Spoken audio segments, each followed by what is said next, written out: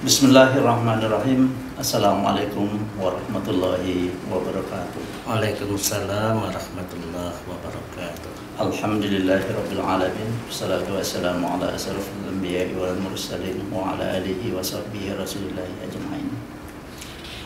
Mari kita bersyukur kepada Allah Subhanahu wa taala atas limpahan rahmat dan nikmatnya kepada kita semua pada hari ini, bertepatan dengan 11 Ramadan tahun 1445 Hijriah. Kita masih diberinya kekuatan, kesempatan untuk menjalani ibadah qiyamul Ramadan ini. Semoga kita semua nanti akan keluar sebagai pemenang dan menjadi insan-insan yang bertakwa. Selanjutnya selawat dan salam buat junjungan kita Nabi besar Muhammad SAW. Semoga kita semua termasuk umatnya yang istiqamah menjalankan sunnah-sunnahnya dan mendapatkan syafaatnya di yaumul mahsyar nanti. Amin amin ya rabbal alamin. Izinkan kami dari ruang podcast Pengadilan Tinggi Agama Pekanbaru perdana mengudara di hari ini untuk menyampaikan pencerahan. Semoga bermanfaat bagi umat. Kami menyampaikan penjelasan-penjelasan serta penerangan-penerangan yang dibutuhkan oleh masyarakat. Selanjutnya pada hari ini sengaja kami mengundang narasumber kita, yaitu Bapak Mukti Ali SAG MH, Sekretaris Pengadilan Tinggi Agama Pekanbaru. Sejatinya beliau ini adalah ahli hisab ru'yat. Namun pada kesempatan ini beliau tidak berbicara tentang hisab ru'yat, akan tetapi beliau nanti akan berbicara tentang hakikat takwa dalam bingkai Ramadan, gitu Pak ya. Jadi kita sapa terlebih dahulu narasumber kita, Bapak Mukti Ali SAG MH. Assalamualaikum Pak Mukti. Waalaikumsalam warahmatullahi wabarakatuh. Biar lebih akrabnya kita panggil Pak Mukti saja ya Pak ya. Silakan ya. Bagaimana Pak kabarnya hari ini sehat? Alhamdulillah sehat, lancar kita di hari ke-9 Ramadan ya. Alhamdulillah di cuaca mendung sangat tidak panas gitu. Iya. Kendati kita berbeda, saya 10, Bapak 9. Tapi rasanya 9 yang benar nak. Apa 10 ya? Oh 10 ya, 9 lah ya. Dua-duanya benar. Dua-duanya benar. Baik Pak narasumber, sebagaimana kami antarkan tadi pada pengantar bahwa topik pembahasan kita pada kesempatan ini adalah takwa dalam bingkai Ramadan, bulan Ramadan. Jadi pemirsa pendengar sekalian, bagaimana korelasi antara takwa dengan Ramadan? Kita dengarkan pencerahan dari narasumber kita. Silakan Pak Bang Mukti. Terima kasih. Saya ulangi. Assalamualaikum warahmatullahi wabarakatuh. Waalaikumsalam warahmatullahi wabarakatuh. Alhamdulillah allazi ja'ala Ramadan asyhara siyam lil mu'minin. Wassalatu wassalamu ala asyrafil anbiya'il mursalin wa ala alihi washabbihi ajma'in. Bersyukur kita kepada Allah, bersalat kita kepada Rasulullah. Mudah-mudahan dengan syukur dilengkapi salawat itu segala amal ibadah aktivitas kita di bulan Ramadan ini diterima oleh Allah. Yang kedua terima kasih ini tim podcast ya, tim podcast memberikan kesempatan kepada saya untuk mengisi tentang takwa yang dikaitkan dengan ibadah puasa Ramadan. Jadi di podcast ngopi ya, ngobrol seputar peradilan yaitu. Jadi kalau hari ini kita ngobrol seputar siam, kan sama kan, ngobrol seputar puasa siam. Jadi begini Pak Kabak, Allah memerintahkan sesuatu pasti ada tujuan, kan begitu kan? Iya enggak? Ya, benar. Ketika Allah perintahkan puasa, tujuannya jelas di ayat 1 berapa 83 ya. Ya, La'allakum tattaqun. Ya. Jadi kita melaksanakan puasa itu tujuannya jelas untuk membentuk pribadi yang takwa. Artinya begini, logikanya begini. Berhasil atau tidaknya kita melaksanakan ibadah puasa akan terlihat dari sikap kepribadian kita seusai Ramadan, seusai puasa. Artinya begini, kita baru dikatakan berhasil untuk melaksanakan ibadah puasa itu ya apabila kadar dan kualitas kepribadian kita seusai Ramadan meningkat ke tataran takwa. Kalau tidak, berarti ibadah puasa yang kita lakukan ini hanya sebatas pelaku rutinitas atau pelaku tradisi. Sama seperti anak kecil, anak TK disuruh bertepuk tangan, tetapi dia tidak tahu arti apa makna dari tepuk tangan. Nah, begitulah seperti itulah. Iya. Oleh karena itu, bagaimana kita mengukur bahwa kita berpuasa itu berhasil meningkat ke tataran takwa? Maka dalam kesempatan ini kita harus memahami takwa itu apa. Sehingga kita mengatakan, oh, orang ini sudah berhasil puasanya. Saya akan melihat sudut pandangan Pak Kabak, sudut pandang daripada Imam Al-Qusairi.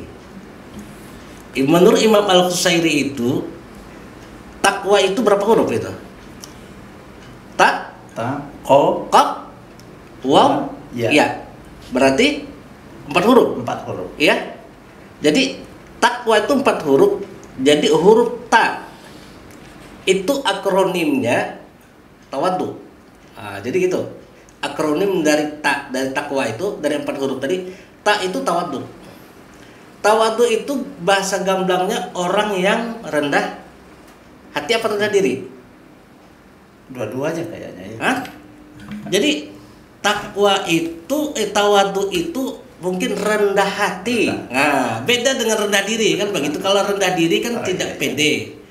Jadi tawadu rendah hati itu lawan daripada sombong. Kan begitu ya, Pak Abak ya. Jadi orang yang bertakwa tidak sombong. Kita kaitkan dengan ibadah puasa. Puasa ini merupakan satu momentum yang disediakan oleh Allah buat penanaman kesadaran, keterbatasan, kemampuan yang manusia miliki. Saya ulangi lagi supaya jelas. Puasa ini merupakan satu momentum yang disediakan oleh Allah buat penanaman kesadaran, kelemahan yang kita miliki. Ya. Baru 1 hari kita tidak melaksanakan ibadah puasa. Baru 1 hari tidak melaksanakan. Terasa lemas. Iya kan? Kan iya? Benar. Kalau pagi tadi mungkin kita masih terasa kenyang ini. Ya. Tapi sekarang kan sudah lewat zuhur nih. Lewat zuhur kan sudah terasa lemas. Iya tak? Nah, ini kesadaran pengalaman semacam ini ya, pengalaman semacam ini menimbulkan kesadaran bagi kita ya, akan menimbulkan kesadaran bagi kita akan keterbatasan biologis, kelemahan yang dimiliki oleh manusia. Kesadaran semacam inilah menjadi cikal bakal apa yang bisa kita sombongkan dalam hidup ini. Iya kan?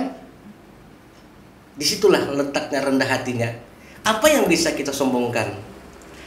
Kekayaan, kemudian kedudukan, kemudian ilmu misalnya. Tidak ada bandingnya dengan kekayaan dan kedudukan serta ilmunya Allah Subhanahu wa taala. Kan begitu? Kalau saya katakan begini, merasa pintar, itu barangkali masih wajar-wajar. Atau merasa kaya, memang dia kaya misalnya kan, tapi hanya dalam batas merasa. Tapi kalau sudah tingkat merasa lebih, nah ini yang bahayanya gitu. Merasa lebih kaya, merasa lebih pintar, merasa lebih apa lagi, ganteng. Nah itu sudah tingkat bukan tawaduk lagi, tapi sudah sombong. Yang perlu kita garis bawahi itu lebihnya itu. Nah, kesadaran-kesadaran semacam ini dipupuk melalui pelaksanaan ibadah puasa. Jelas kan? Bahwa ibadah puasa yang kita lakukan menyadari kelemahan kemampuan kita, disitulah mengikis sifat sombong yang ada pada diri seorang. Jadi usai Ramadan tentu hidupnya tawaduk. Kalau nggak tawaduk, sombong, berarti nggak berhasil dia melaksanakan ibadah puasa. Itu satu. Yang kedua, huruf Qaf. Qaf ya. Qaf itu akronim. Anggaplah kita akronimnya ini qanaah. Ya. Jadi qanaah itu orang yang selalu hidupnya merasa cukup. Itu qanaah. Ya. Itu secara gamblangnya ya. Orang yang berpuasa hidupnya selalu merasa cukup dia. Coba kita lihat berpengalaman orang melaksanakan ibadah puasa ya Pak Kabak ya.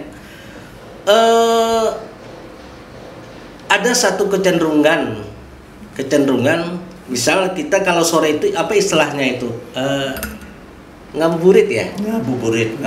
Ngabuburit kan sore puasa lah. Jadi ketika kita ngabuburit, kita mulai di sana berjejer lah minuman, makanan, jajanan. Iya kan? Ya. Ada segala sesuatu ingin kita beli ini. Iya kan? Ada cendol kita pengen beli. Ada pecel. Pecel beli lagi. Kemudian mungkin ada es kelapa muda dibeli lagi. Semua kita beli itu. Saat berbuka itu berjajar itu di atas meja. Ada cendol, ada apa lagi? Ada apa tadi namanya? Pecel. Iya.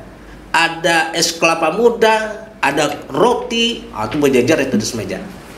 Ketika berbuka kita pada hari ini misalnya jam 6:28 ya.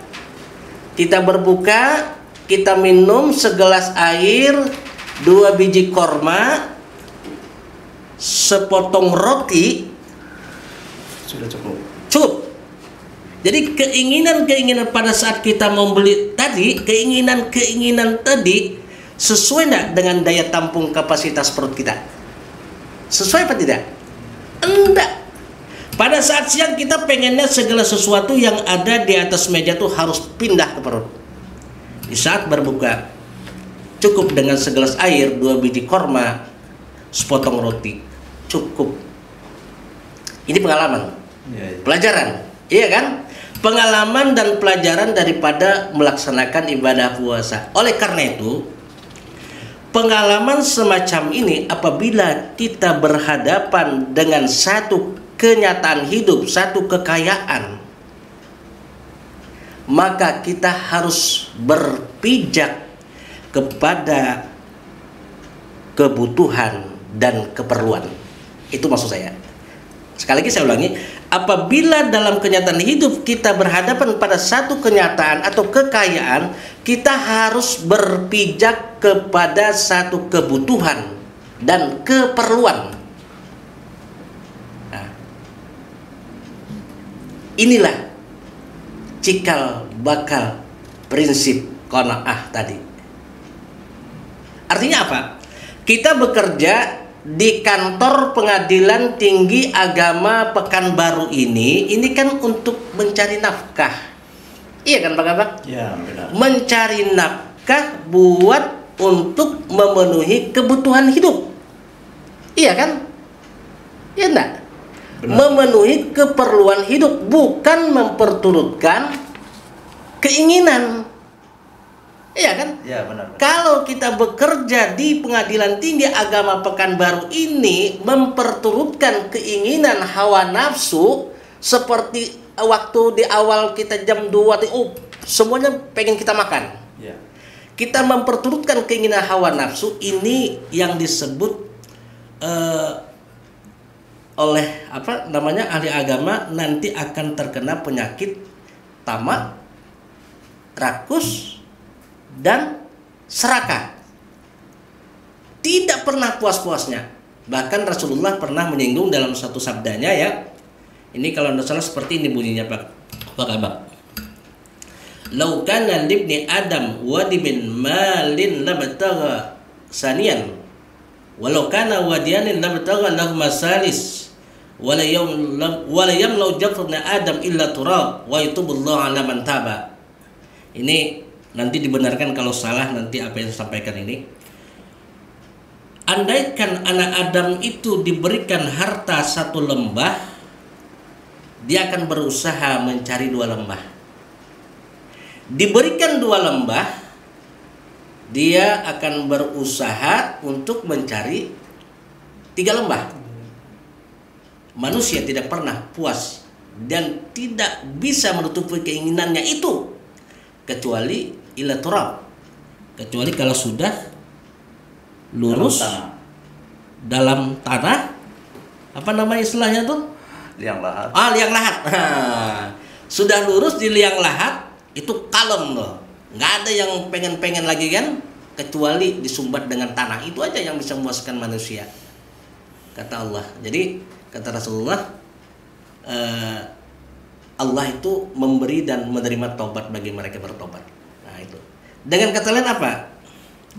Islam ya, bahkan tidak melarang umatnya untuk kaya. Enggak. Justru yang dilarang sebaliknya. Bahkan dalam satu hadis apa istilahnya itu, al-mu'min qawiyun ahabbu ilallah minal mu'minid dhaif. Kan begitu ya. Mukmin yang kuat itu lebih dicintai oleh Allah ketimbang mukmin yang lemah. Kuat di sana bisa kita artikan kuat dari segi ekonomi, kuat dari segi pendidikan, kan begitu.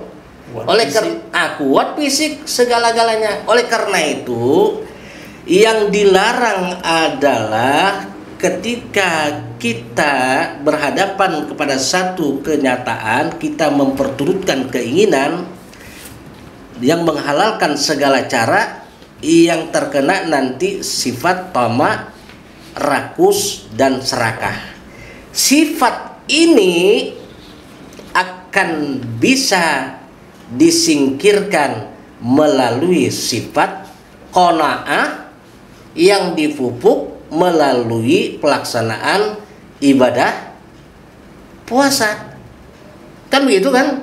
Nah, 2. Yang ketiga. Wow. Wow ya. Wow itu akronimnya wara. Nah, wara apa kira-kira itu? Kalau wara itu dalam bahasa gamblangnya lah. Begini ya. Kalau saya istilah begini, orang yang terpelihara dari barang-barang yang tidak jelas, apalagi yang haram. Dia menjaga itu, itu wara tuh. Jadi kalau orang dalam hidupnya itu jangankan yang haram kan ya, yang subhat, yang tidak jelas dia nggak mau. Itu wara. Nah, kan begitu kan?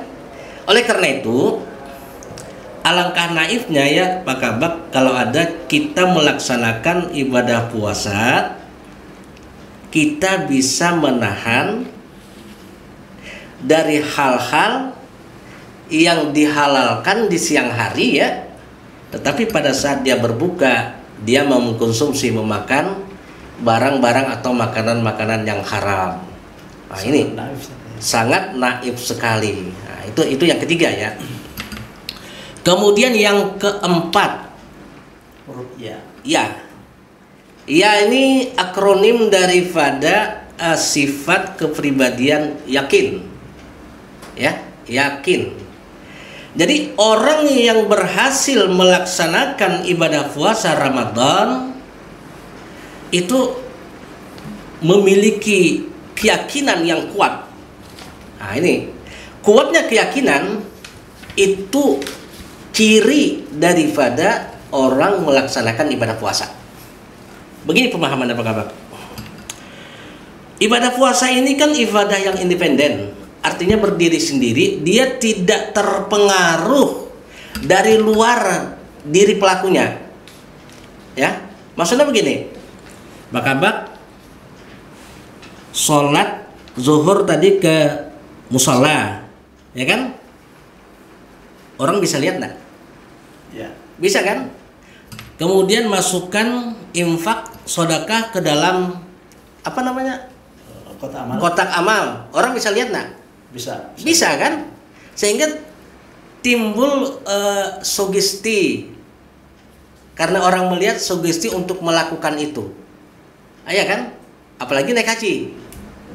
Kalau naik haji sekampung yang ngantar. Iya kan? Nah, jadi ada terpengaruh apa namanya dorongan dari luar. Kalau puasa, Pak Kabak puasa sekarang atau enggak? Siapa yang tahu? Saya enggak tahu. Iya kan? Iya, insya Allah saya puasa Pak. Tapi kan enggak bisa diukur kan? Ya benar-benar. Enggak bisa. Puasa atau enggak Pak Kabak hari ini enggak bisa diukur. Benar. Iya kan? Yang tahu itu Allah dengan Pak Kabak. Diri sendiri. Kan begitu kan? Ya. Atau begini, oh Pak Kabak itu puasa ya, kenapa? Khusuk ya puasanya, kenapa? Sebentar-sebentar meludah misalnya. Kan tidak kan? Jadi puasa ini urusan kita dengan Allah. Kata Allah dalam sebuah hadis qudsi apa? Asyamu li wa ana ajzi bihi. Puasa itu kata Allah untukku dan aku yang membalasnya.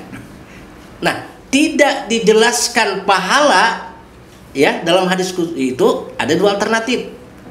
Mungkin saja diberikan ganjaran pahala yang lebih besar daripada yang kita harapkan apabila puasanya lebih bagus kan, tetapi bisa saja tidak diberikan ganjaran pahala apa-apa kalau puasanya nggak benar, ya kan, yang didapatkan hanya lapar dan dahaga, dalam hadis kan seperti itu.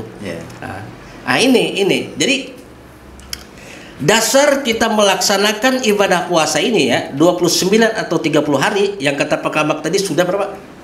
10? Saya 9 katanya. Dua-duanya itu kan benar. Jadi 9 atau 10 dasar kita melaksanakan itu kan adalah keyakinan. Iya enggak? Keyakinan kan? Benar. Karena yang dipanggil untuk melaksanakan ibadah puasa itu adalah iman. Iman. Ya ayyuhallazina amanu, kan iman. Contoh, begini logikanya. Pak Kabak, saya panggil ya, Pak Kabak ke ruangan. Ada sesuatu hal yang kita diskusikan. Kira-kira Pak Kabak ke ruangan apa enggak? Ya, tentu. Tim podcast kayak si Leni atau Anita misalnya di sini, ikut enggak ke ruangan itu? Oh, tentu tidak. Tidak kan? Kenapa tidak ikut? Tidak dipanggil. Karena tidak dipanggil. Ya. Kan begitu. Tapi kalau misalnya tadi saya bilang Pak Kabak, ayo ke ruangan, kita ada yang harus kita bicarakan. Saya panggil itu, Pak Kabak tetap juga duduk sini. Nggak mau ke ruangan saya. Apa dibilang Leni gitu? Oh, Bapak itu bandel ya. Apalagi kira-kira? Dipanggil tidak mendengar, biasa dibilang apa itu? Orang dipanggil tidak mendengar, pasti ngomel, tuli, ya benar. Ketika dipanggil tidak mendengar, pasti orang ngomong itu tuli. Artinya begini, ketika Ramadan puasa ini yang dipanggil orang beriman, kita yang di dalam podcast ini puasa kan? Kenapa puasa? Karena termasuk orang yang dipanggil, orang yang beriman. Ada enggak orang yang tidak puasa? Ada. Kenapa? Karena tidak dipanggil. Orang non muslim puasa apa enggak?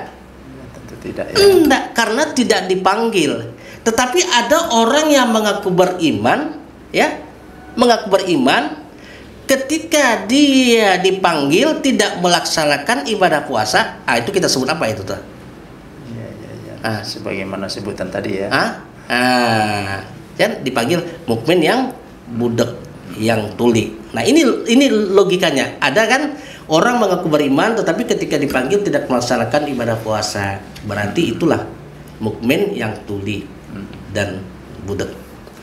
Jadi orang yang berhasil melaksanakan ibadah puasa maka akan mengkristal keyakinan kepada Allah Subhanahu wa taala. Kuatnya keyakinan itu adalah pribadi orang yang bertakwa. Kan begitu kan? Nah, ini. Jadi dari takwa akronimnya adalah tawadu, kemudian qanaah, wara, yakin. Keempat sikap kepribadian ini kita terapkan seusai Ramadan. Di 11 bulan mendatang kita terapkan itu.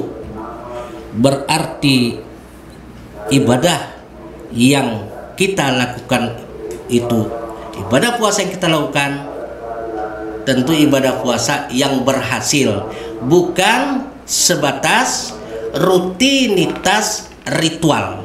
Itu maksudnya. Jadi nilai-nilai yang terkandung di dalam ibadah puasa Ramadan membentuk pribadi yang takwa. Saya ulangi sekali lagi nih. Takwa, tawadu, qanaah, wara, yakin, itu kita terapkan seusai Ramadan. Kalau itu tujuan dari takwa, tujuan dari puasa kita berhasil. La'allakum tattaqun. Dan ingat, Pak Kabak, Allah, percayalah, Allah telah memberikan satu jaminan hidup bagi orang-orang yang telah mencapai derajat takwa tadi. Apa jaminan Allah? Buka nanti surah At-Talaq ayat 2 dan 3. Wa may yattaqillaha yaj'al lahu makhraj wa yarzuquhu min haitsu la yahtasib. Kata Allah. Barang siapa yang bertakwa kepadaku, kata Allah, akan aku berikan jalan keluar dari segala kesusahan, dan kepadanya akan diberikan rezeki yang mengalir dari tempat yang tidak diduga-duga. Coba jaminan hidup orang yang bertakwa. Jadi orang yang bertakwa itu tidak pernah susah, iya enggak? Hidupnya enggak ada masalah, hidupnya selalu senang, hidupnya selalu bahagia. Kenapa? Ada persoalan, Allah berikan jalan keluar dari segala kesusahan. Iya kan? Rezekinya mengalir dari tempat yang tidak disangka-sangka. Itu dahsyatnya kan. Jadi sangat dahsyat sekali ibadah puasa yang kita lakukan ini mencapai derajat takwa. Orang yang bertakwa sekali lagi hidupnya akan bahagia, hidupnya senang. Kenapa dikatakan bahagia dan senang?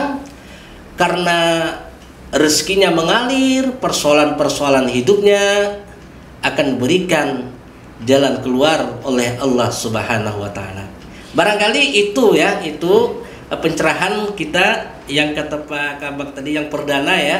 Pencerahan kita tentang podcast ngobrol seputar peradilan, tapi saya katakan ngobrol seputar siam, ngobrol seputar puasa membentuk pribadi yang takwa. Keberhasilan daripada ibadah puasa mencapai takwa akan terlihat usai Ramadan. Sikap kepribadiannya meningkat ke tataran takwa yang diukur dari gaya hidup yang tawadu, tidak sombong, yang hidupnya qanaah, selalu merasa cukup, yang hidupnya wara, terpelihara dari barang-barang yang subhat apalagi haram, yang hidupnya selalu optimis menatap masa depan penuh keyakinan. Barangkali itu ya, mudah-mudahan bermanfaat bagi saya sendiri. Ya, sebelum ditutup Pak ya, silakan. Mungkin ada nih pertanyaan. Selama bulan Ramadan kita menjalani rutinitas dengan ibadah Ramadan itu seperti sebuah kompetisi itu Pak narasumber, di mana keluarannya nanti ya tentu diharapkan semuanya menjadi pemenang gitu Pak. Namun tentunya tidak akan semua menang ya, pasti ada yang kalah. Kalau malah rumus piramida yang berhasil itu semakin ke atas semakin sedikit makin kecil. Nah, barangkali mungkin ada tanda-tanda, ciri-ciri orang yang sukses menjalani Ramadan, baik selama di bulan Ramadan maupun pasca Ramadan nanti. Mungkin ada tambahan pencerahan Pak narasumber. Baik, saya teringat ceramah Pak Kiai Zainuddin ya. Jadi puasa ini dalam Ramadan sebuah kompetisi ya. Ya. Kesebelasan. Ya. Jadi 10 hari pertama itu babak penyisihan. 10 hari kedua babak semifinal. 10 hari ketiga babak final. Dan itu kenyataan seperti itu. Bagaimana kita mengatakan berhasil? Ya tentu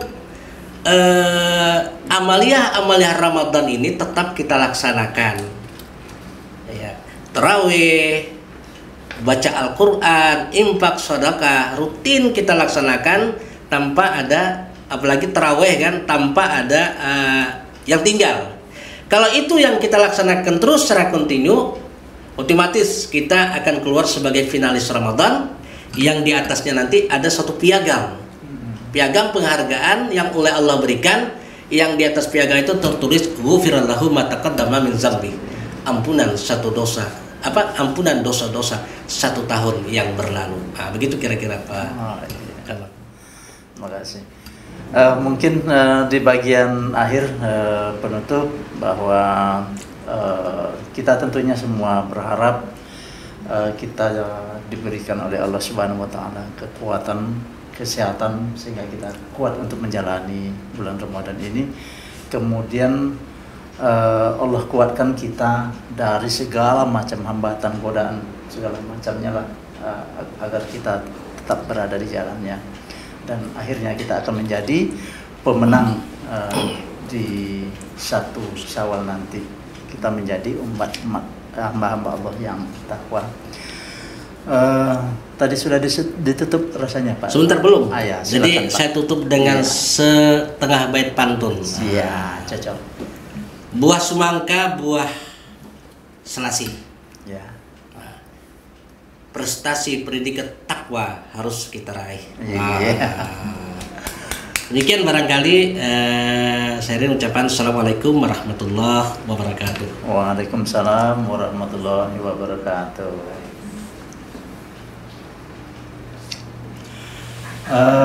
Demikian tadi materi perdana dari ruang podcast Pengadilan Tinggi Agama Pekanbaru.